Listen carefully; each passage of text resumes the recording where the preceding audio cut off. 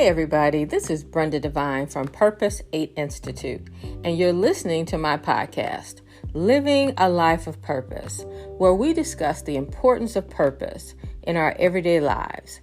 Discovering and living out your purpose keeps you focused on God's purpose. That is sharing the good news of salvation with others. This podcast is for people like me, still searching for the answers to who am I and why am I here?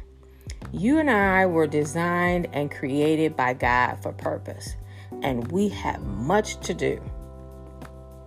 You can listen and subscribe to my podcast, Living a Life of Purpose with Brenda Devine on Anchor and all other podcast platforms.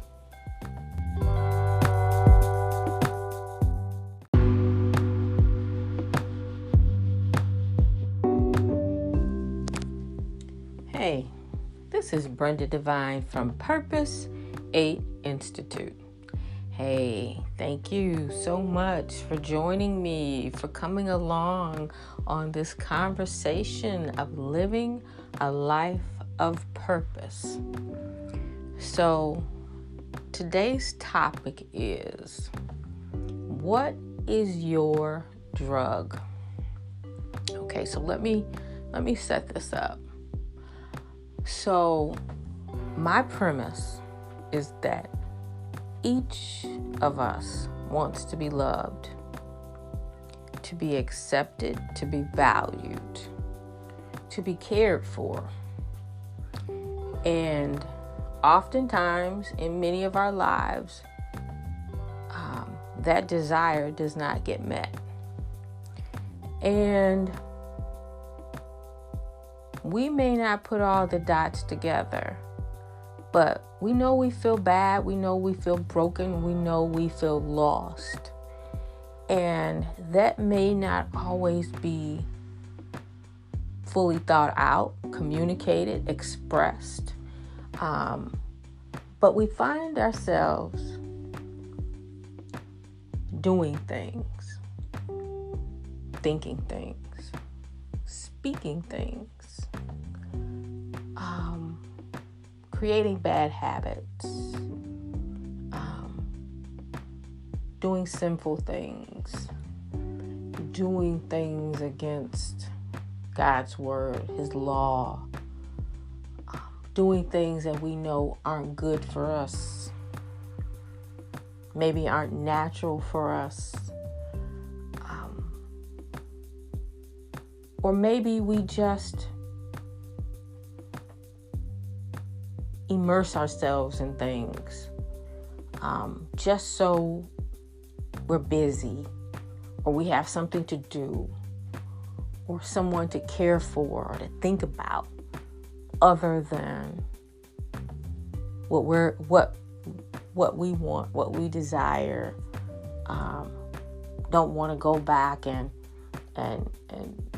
keep drilling up the past. So let me find something, someone, something to take up that void, to take up that space, to take up those emotions. So I don't have to deal with what I wanted, but I'm going to deal with what I got. I'm going to deal with what I could do. So because I can't get, or because I didn't get what I wanted, that love I wanted, I'm going to let it manifest in other ways. And because I don't know that I have purpose, that there is another option for me, I'm going to choose this option right here that's in front of me, that's presented to me. It's so easy for me to reach for it because I don't know anything about purpose. And that's why purpose is so important. But oftentimes, just like my life, I didn't find out about purpose until I was 52. But the majority of us don't hear about purpose. We don't recognize that we have another option. So we pick that person, that thing, that job, that organization, that marriage, that task, that sin, that thing, those thoughts, that behavior, because it's available, it's accessible. I can get to it. I don't have to challenge it. It doesn't challenge me. It's just easy. And then it gets comfortable. And then I don't have to think about it because it distracts me from what I really want. But it's happened so long ago. I really don't know how to get back. And I really don't want to get back because this what I got right here is working for me. So I'm going to give you some examples. And then I'm going to share with you one thing that I was doing to distract me. So busyness, busybodies,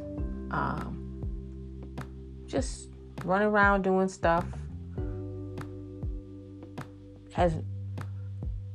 it's just busy helping. You may be helping someone. You may be doing things for people. You may be taking them to shop, and it's good. But you've still not dealt with what you felt like you lost, or what you're mourning for, or what you're hurt about. And so you're busy helping everybody else, but not helping yourself. Workaholic. You got a job, you got a title. You want to be seen. You want to be appreciated and valued. You want people to know your name. You want a pat on the back and someone to tell you that you did a good job. Okay? You're working all kinds of hours.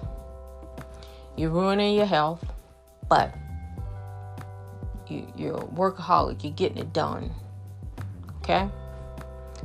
But you got so much time invested in a company, invested in someone else's opinion of you, that you're not present. You're not self-aware. You're not understanding that there's more to life than someone telling you that you're valuable. God has already told you that you're valuable, but you never heard about purpose. You're consumed with work, with your title, with your label, with your position, with your money, with your influence, with your power, none of which you own. It can go away like this or that, simply gone. But what if you knew about purpose? What if you being a workaholic has something to do about your past, what you didn't get, what you thought you deserved, what you lost? What if that being a workaholic is a reflection of that love that you wanted but you didn't get?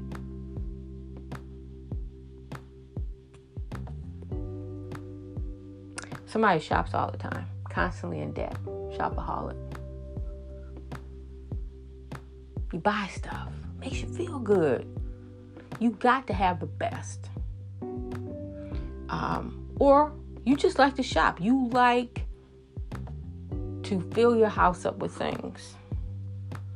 You like the thrill of buying something and bringing it home. You like being in control. You like accumulating things, surrounding yourself with things to build walls around you, to say that you're okay, you're safe, you have what you need, because when you're a kid, you didn't get that. You didn't feel safe. You didn't feel in control. You didn't feel like you had enough. So shopping is your drug. Filling up your house with stuff that you don't need or use is your drug. How about working out, taking good care of yourself? I mean, you look good. Hair, nails, body, you look good. Beard, muscles, look good. Put in a lot of time at the gym. Okay, because you like the way you look. You didn't like the way you looked before. Now you like the way you look. You like it when people say, dang, you really look good. Man, you been at the gym. Yeah. Oh, love that hair. Love that purse. Oh, wow. Yeah. You like it. Nothing wrong with that. Nothing wrong with looking good. But are you spending more time on what you look like? More time on getting someone's opinion of your value than the time that you spend in your relationship with God? Is how you look more important than your relationship with God? Is looking good, is someone telling you and valuing you your drug? Is this how you motivate yourself every day? How you look? Maybe you're trying to change your appearance. Maybe that is a way. Maybe going to the gym is an escape. Escape from maybe somebody that abused you. Maybe someone that talked about you because you walk different, you talked different, you looked different than other kids, and they bullied you or berated you. Maybe it was your parents. Maybe they talked about you, your siblings. Maybe you just didn't like the way you looked. And this is a reflection. This is your drug. Maybe.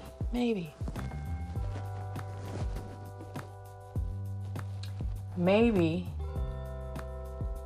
sex. Maybe sex is your drug. Now, I've got experience in a workaholic.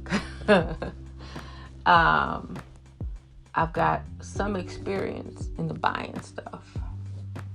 And then I've got experience in the sex. I know. Believers aren't supposed to know anything about sex. No. You can go to church, still fornicate, commit adultery. You can still go to church and do those things. You can be in the house of God and still be that type of person. For me, sex was a drug, a distraction. All of these things we're talking about are distractions. Distractions from purpose.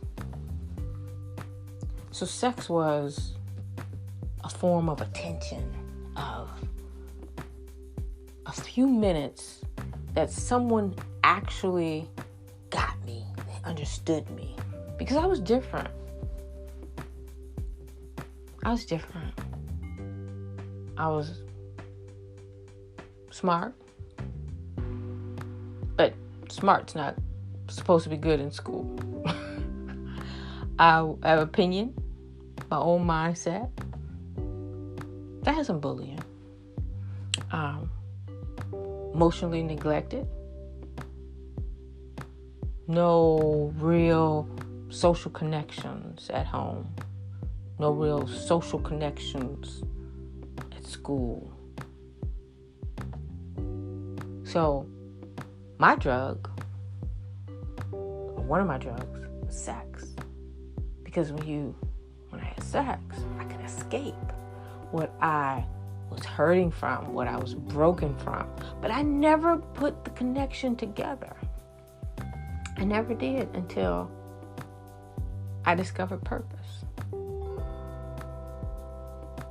And then I realized that sex was a response, that sin was a response to what I didn't get.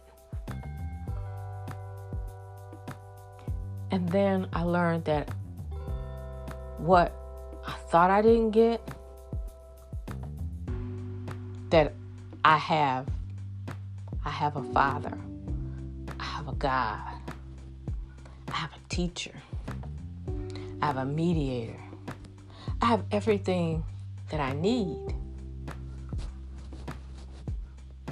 But that was my drug. So I'm going to ask you, what is your drug? What is that behavior? What is that sin? What is that thinking? What is that thing that you do, that you respond, that is simply a response? It's a symptom of what you can't let go of in the past because it hurts so bad. It's easier for you to go to the drug than to go to your Father and get healing. Sort of like self-medicating. You're self-medicating. You're self-medicating as being a workaholic. You're self-medicating as being a person who overshops and goes in debt from their shopping. You're self-medicating when you are fornicating or having adultery. You're self-medicating. You're self-medicating when you're constantly telling yourself negative things about you and believing them and limiting yourself. You're self-medicating yourself because you're trying to block it out, but it really never gets blocked out. And you try to hide it, but it still comes out. You can have the biggest house, the best car, more money than you can think of, an excellent resume. You can have kids. You can be married. And you can still be unhappy. All of that is just a distraction from what you really want. What you really want is to be loved the way you were designed and created to be loved. And you want that. You crave it.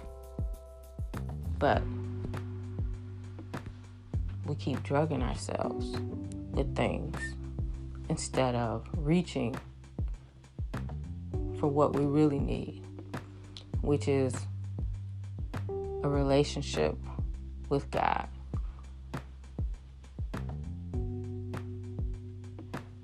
Having a relationship with God, living a life of purpose, that is the best life ever. Being focused on what is really important is the best thing ever. Living a life of purpose will challenge you to put down those drugs, to put down those old lifestyles, those old habits, those old thoughts, those old things that you did, the people that you have grown accustomed to being around.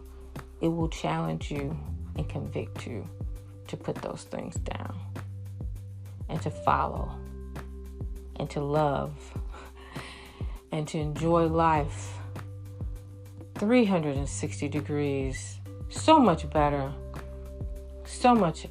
and you are present. You are present in your own life. Present in your own life. Life will be sweeter.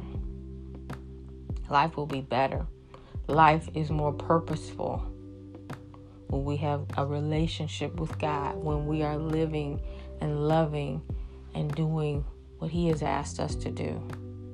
Living out our lives as servants. Helping people. Loving ourselves. Life is so much better. Living a life of purpose. So I just want you to think about that. About what is your drug. And to think about all that we've been talking about. And how God loves you. How much He loves you. What He has for you. What He's calling you to do. So I'm going to leave you with that. This is Brenda Devine from Purpose 8 Institute. Yeah, I'll talk to you in a little bit. Bye-bye.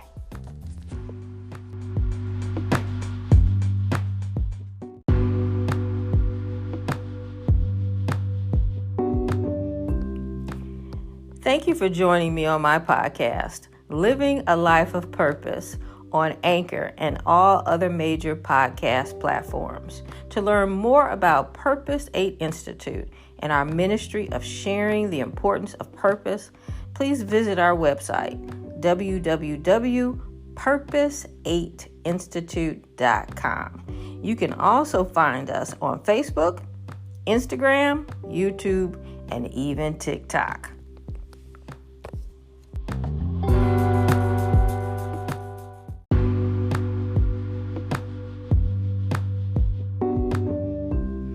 If you would like to learn more about purpose beyond this podcast, Living a Life of Purpose, you can also purchase one of my books that are available on my website, purpose8institute.com, and also on Amazon.